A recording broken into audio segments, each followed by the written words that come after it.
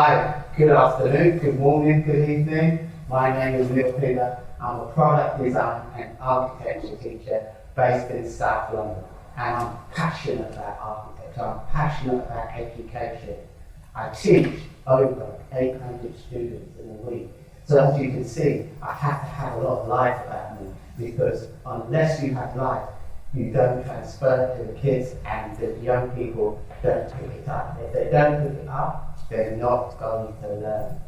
So what do? I educate, I empower, I inspire, and from all of these, hopefully they will evolve to be the people and live the best possible life they'll ever live in the creative and architectural field.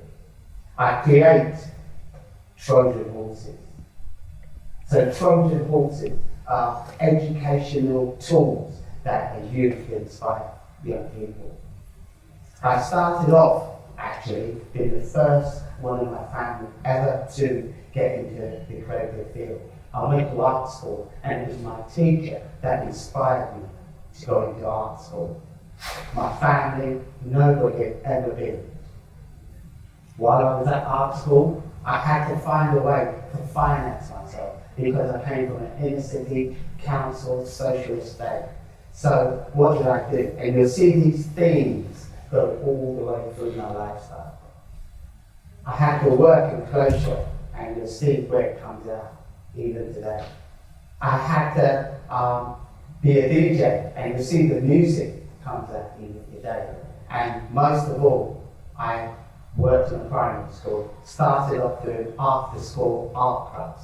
And when you're working with young people as young as 5, 6, 7, 8, 9, 10, you will see that you have to have energy. They inspire you, they dream. You can talk to young people and they will tell you what they really, really are thinking. And all you have to do is say to them, draw it, and tell me about it through your drawings. This is how you inspire our young people. So from there, I moved on to secondary school. And from in secondary school, I teach year 7 students. So I teach them architecture. How do I teach them architecture? I teach them about bridge construction. And I show them my fallibility, because I say to them, I'm not that good at maths. I can't calculate loads and loads of things. You might be able to do it better than me. So you see certain students, these are the creative ones. The mathematicians are great, because what I do, I form them into architectural practices. So in each group of 4 or 5, there's a mathematician.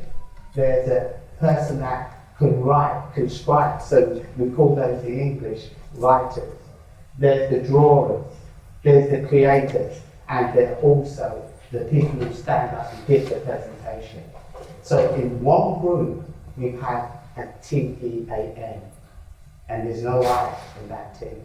They work together to produce a bridge, and the Trojan horse of that bridge is that we don't use ordinary weights. We use everyday things like soup, bottles of drink aid to weigh it down, and if it stands up, then you know it's a good bridge. It's made out of 40 straws glued together with a glue gun, and you always get a glue gun person just using the glue like this, and I say, hold off that person. Then you get a person with a pair of scissors who loves cutting. He says, hold off that person. And you bring them all together and make sure that they actually work as a team. They cut together, they glue together, and finally they produce their bridge. And the beautiful thing is that I bring an architect in to judge the bridge. And when you say, I'm bringing an architect into school to judge your bridge, their eyes simply light up. So these are some of the tools that we use at that age. And then at year 9, I enthuse young people again by entering them for competitions in architecture. So they have to choose my subject, architecture, at year 9. We are one of the only schools in the country that actually has architecture on the curriculum. So what do? We enter competitions. We bring architects into school to inspire them. So some of my architects over the years that I've taught, we believe in the circular economy of architectural education. So they come back, they help out, they inspire the young people to become architects. So they design buildings, they design their environment, depending on the theme of the subject that they're given. At this precise moment, I have two groups of students who are studying, who are working hard to redesign their London. So they go out, take pictures of London, they take pictures of greenery, and I form them yet again into architectural practices. But this time, some of the jobs are a bit more specific. For example, I have an anthropologist because I really believe that we need to study human beings. We need to look and see how we behave, how we get on, how we cohabitate. I have a landscape designer, and I think this is really important. I grew up on a council estate, as I've stated before, and the landscape was beautiful. We had trees, we had beautiful trees, we had grass where we used to play football. We had open spaces where there were bushes instead of straight lines of trees with lights on them. And we've had public speakers in our architectural groups. We had drawers, we had mathematicians. So all of these students come together yet again as a group in their mind, and they form their practice. And now this time they've got to give their practice a name. And I say, don't use your own name as your practice. Come up with a real original name. So we have bougie names. That's the way we roll. We have bougie names. And so they come up with innovative names. And from there on, they design their own architectural environment. So these people are very embedded in the fact that they can have a say on how their society is developed, how it built, what it looks like. And then it comes to year 11, 10 and 11, they have to choose a subject. Now, architecture isn't actually in that school as a subject, so they choose product design. But I say to them, buildings, houses, flats, schools, universities are just products that have to be designed. So we look at it again. And then they choose that hopefully they go on and study and become really good product designers. And at A level, they decide to, well, I think I'd like to go into architecture. That's when I set up mentoring programs. I reach out to architectural practices. I reach out to individuals. And you'll see another theme occurring where I have quite a few friends where I just ring architects to help me out. Can this architect come and speak to this person? Can you engage with this young person and tell them about what you do in architecture? I add this caveat. There isn't a lot of money in architecture, like teaching, so you have to do it with your passion, you have to do it with your heart. So, the people come into school, they're told my young architects. And these young people, then they decide then they want to go to university. And this is where I had to attend another Trojan course. One of my students, absolutely fantastic and amazing. She wanted to go into interior architecture. And then what happened, she went to a school, went to a university and said, I would like to be an architect. And somebody, and this is the power of the word, we have words can hurt or they can build up. And someone said to her, you will never become an architect. So she came back to me, absolutely crushed, and said to me, I don't think I could do it. And in school, the students are like, bling a little bit, just a little bit. And I wear white, like I'm wearing white now. And they say to me, one young lady said to me, sir, you look like an angel. And I'm thinking, with my angel hat on, what can I do to enhance this young lady? What can I do to bring her back and infuse her? So I thought of a Trojan horse called GLAM. GLAM stands for Gucci, Louis Vuitton, Architecture and Me. And me is the operative word. So it's about wearable architecture, sustainable wearable architecture. So we devised the program just before the pandemic. to reach out to young people to say, look, we've got this program, and this young lady was getting involved in the program. And then the pandemic happened, we had to go online. And remember I told you about music, dancing? So there was a club called Go Global years ago. And so I flipped it to Glam Goes Global. And then we was on Zoom. And we had all the young people. And so we reached out, because Zoom is such a fantastic way of connecting with people. We've got people in South Africa. We had people in Central America. We had people in the Caribbean. We have people in America. Young people. We have people in the Gambia. We've got involved in designing these wearable pieces of architecture. And the level playing field is, everything has to be from a sustainable background. You have to forage all the material from your recycle bin. You have to get the waste packets of material. You have to get the cardboards, the cups, the empty toilet roll. And it's amazing to see what young people come up with. So what do they come up with?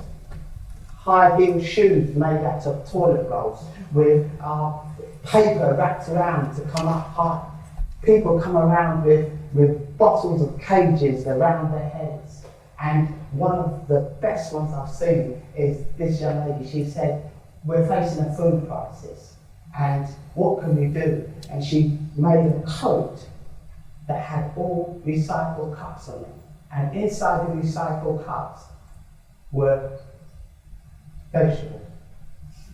And she said, you can walk around and you can, when you feel like hungry, you want a snack, you just take a vegetable. And I thought, what a fantastic idea.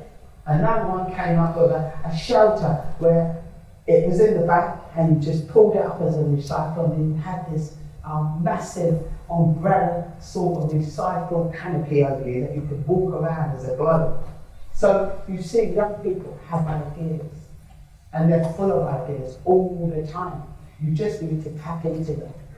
And so, henceforth, we came up with another initiative. So I worked out, I said to myself, what can we do to infuse young people who have finished their degree, who would like to go on to study architecture, but who cannot find the money, the resources, and then they get lured away into a different field. They get lured away because in architecture you have transferable skills. You can do so many different jobs if you're creative, if you have studied architecture. So I sat and thought, instead of these young people going and doing another job, let's see if we can devise a program. And my business partner, Dennis Austin, absolutely a fantastic architect, comes from America, comes from Brooklyn, and I was sitting and I was thinking to myself, what could I do? And I say to all young people, dream. And I say to everybody, dream. And once you dream, write your dreams down. And then, if they still make sense, talk to people about your dreams. So I spoke to Dennis and I said, look, Dennis, I've got an idea. I would love to take students abroad. And the Beatles went to New York. They came back and they were big. George Michael went to New York and they came back and they were big. You get an idea. And I'm thinking to myself, if I go to New York and I come back, I may be big. So I sat there, and this is 2 years ago. I said to Dennis, let's take a group of students to New York. And he said, how are we going to do it? Where are we going to get the money? And yet again, my friends, my colleagues, my extended creative family came to the rescue. We got an airline company to sponsor us the flights over there. We got architectural practices to give us money to go to New York. We had to apply to get the students applied to come to us. And we had the first year, 2022, we had 80 students apply. We could only take 10 students. So, and I am not on the selection committee for obvious reasons, because I get calls. Neil, what do you think? No, I'm not on the selection committee. I cannot give you the heads up. Be yourself. So the first year, it was a tremendous success. We took students to New York. They absolutely loved it, enjoyed it for bits. And it was based on a program. And I don't know if you've ever been to New York. If you go to New York, it's like every movie you've seen. It's like Friends with Benefits. It's like Tiffany. It's like, every single movie you've seen. And there's the buildings, there's the places, architecture. It's a gold mine. And the students absolutely loved it. One young lady, an Asian young lady, she said to me, Neil, I think I feel a bit uncomfortable. I said, look, if you feel uncomfortable, I will come with you, And she said, I want to visit sunrise on the Brooklyn Bridge. So I said to her, I will go with you. But we went out to a party the night before. You got the idea. And so we went out to a party the night before, and we was all out. We came in early-ish, and she said, I want to go to Brooklyn Bridge. I said, look, wake me up, just buzz me, wake me up, and I will come with you to Brooklyn Bridge. She left me sleeping, and she went to Brooklyn Bridge with her, and this is what she was empowered with. She had evolved into a person that had the confidence to walk the Brooklyn Bridge at 5 in the morning and see the sunrise. So this is what we do. We empower young people. 101%. And so I'll give you 2 examples of students who are absolutely dear to me. One of them, one young man, I said to him, when I first went to this school, I said to him, right, the first lesson, I said, right, you can make anything you want. And when you see young people's eyes, he looked at me, he was in the age 12, you can make anything you want. Right, he said, I want to make anything. He said, anything. His eyes opened up like this. I said, anything. He was absolutely brilliant. Now this young man, he is an architect for a local authority in London. Another young man who came along, now he's the first person that is in the diversity of the events biennale this year. And now he's one of the few people that's won a scholarship at Harvard University to study this year. So as you can see, it is amazing what young people can do. So I'm just an ordinary teacher, and I'm going to tell you, I made this poem. I'm an ordinary teacher by those who choose to go. I'm just an ordinary teacher.